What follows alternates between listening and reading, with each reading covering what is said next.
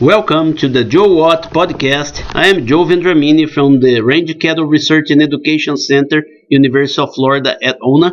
And today, our guest is Mr. Flint Johns. Flint, thanks for being with us. You're very welcome.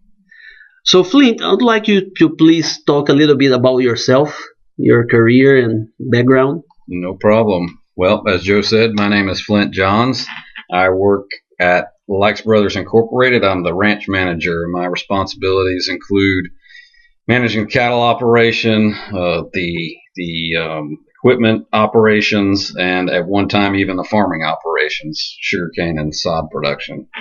I am not from South Florida, although I live here now. I'm from Marion County, Ocala, Florida. I went to the University of Florida and graduated in 2004 with an undergraduate degree in food and resource economics, and then again in 2006 with a master's of agribusiness, also in food and resource economics. So I'm a Gator, and I'm an economist. Fun fact about me, I've actually never taken an animal science class. I'm not proud of that. I'm just saying, and it's quite ironic. So. But I've learned a lot since I've worked here, and I really wish I had taken some animal science classes while I was in school. So that's kind of my education and what I do for a living. And how long have you been in this position, Flint? I have been the ranch manager at Lykes since June of 2011. Okay. Prior to that, I worked under the previous ranch manager, Mike Milicevic, from 2007 to 2011. Okay. And do you think that this background in economy really give you a different prospect? Because many times you talk to animal scientists that just think about animals, but the economic part it seems even more important. Well, I do think it gave me a very different perspective than, say, somebody that's been trained in animal science. And I didn't have any preconceived notions about how the science of the animal was supposed to, how you were supposed to do that. I was more focused on the economics. So whatever worked economically is what I wanted to do, not necessarily. I was very open-minded about the science part of the animals, not so open-minded about the economics of the operation. So yes, I do think it probably gave me a lot different perspective than somebody that was trained in animal science. I'm not bashing animal science whatsoever. That's right. Great. And I've had to rely on lots of animal scientists to help me make the economics of this operation work. Mm-hmm. So, and Flint, switching now, we are talking about the economics here. So one of your major activities here in the is cow-calf production, like many other producers in Florida. Talking a little bit about the supplementation, that is a big chunk of the cost that we have in cow-calf production. So when you think about supplementation program here, with the animal in mind and also the economics, what are your goals when you set up that program? So a little bit about Lykes' supplementation program. We do a little bit of everything. We feed a lot of different feedstuffs, and it's very much tailored to whatever that specific group of animals is needing, whether they be mature cows, whether they be heifers, whether they be first calf females, second calf females. And so when I say we do a little bit of everything, we feed molasses, we feed range cubes, we feed dry feed, just concentrated dry premixed feed. We feed concentrated feed mixed with haylage. So we do a little bit of everything. And in terms of cost, it can be anywhere from as cheap as 39 cents per head per day, all the way up to $1 or more per head per day. 39 cents would probably be some kind of molasses program on a very, 6, 7, 8-year-old cow, with $1 a day or more being on first calf heifer, probably a yearling heifer potentially, or even a second calf heifer. I'm saying second calf heifer. That's not technically correct, but I think everyone would know what I mean. First calf female, second calf female.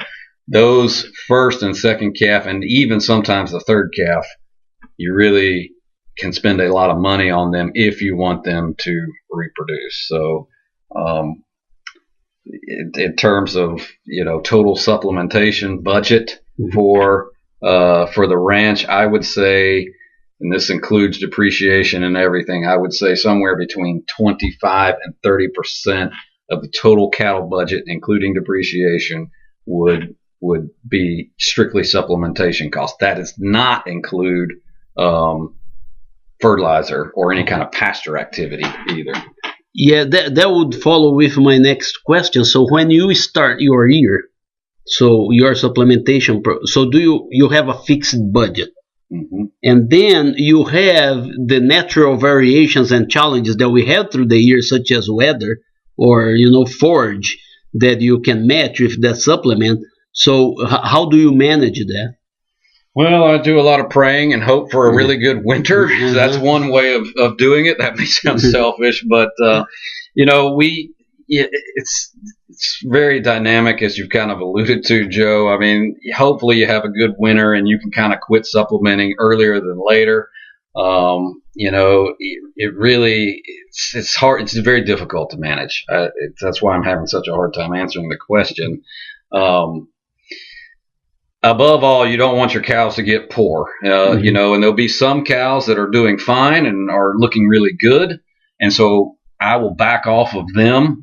And, if I've got cows that are body condition score 4 or even 3, as much as I hate to say that, I will try to intensify on them if need be. Now, you really don't want your cows to ever get in that kind of shape if you can help it. You need to be a little more proactive. But I live in the real world, and as much as I hate to say it, we do have cows that get thin. So you really need to kind of try to ramp up on them and back off on others that are doing good. Your pasture rotation comes into play here. The timing of your fertilization, you might fertilize sooner rather than later, or vice versa, whatever suits you. So you really have to take a comprehensive look at the entire forage, pasture program versus your supplementation, and you need to make changes where you need to make changes. I think that answers the question, maybe. And Flint, if you have a budget, let's say 100, just to have a reference. So when on average, in all those years that you have been managing the operation, how much is the proportion that you varies through that budget and to reach your goals? Such as, is there like a 20% variation plus or minus? And you have the flexibility to do that adjustment? So the budget, the overall total dollars for a supplementation, it doesn't really vary that much for this operation. It's pretty hardline. What does vary wildly is what cattle get the money during any given year, as I've kind of alluded to earlier. I may shift resources from some cattle that are doing fine into some cattle that are not doing fine. And you have to understand, Lykes Brothers is a very big operation. There's a lot of different type of land types out here. So I might have a little more flexibility than a smaller operation to do some of these things that I'm talking about. So it can vary. I would say the maximum variation in total budget dollars spent would be 10 to 15%. Okay. Over, I mean, naturally, if you're under, no one ever complains about being under. It's when you are over that everyone starts wringing their hands and sweating. But I would say 10 to 15%. I've done it enough now where we generally kind of come in pretty much on budget in terms of supplementation, but that's because my guys and myself, we've gotten skilled at sort of diverting resources within the herd, I guess. And Flint, if you have to give me just a approximate number, out of that calf that leave the range, what do you think is the proportion of the cost that comes from supplementation? I would say anywhere from 25 to 30% of the total cost of the calf leaving the ranch is a function of supplementation. Again, I'm not talking about pasture fertilization. I'm just talking about feed of various kinds, whether it be dry feed, whether it be stored haylage or silage, or molasses even. So And Flint, I will switch gears here and go to another topic related also to economics. I will explore your knowledge in that area and going about bull power and going out and buying bulls. And I think here, because the size of the herd, you need to do a lot of purchasing on bulls. So, how do you gauge the price that you can pay for a bull?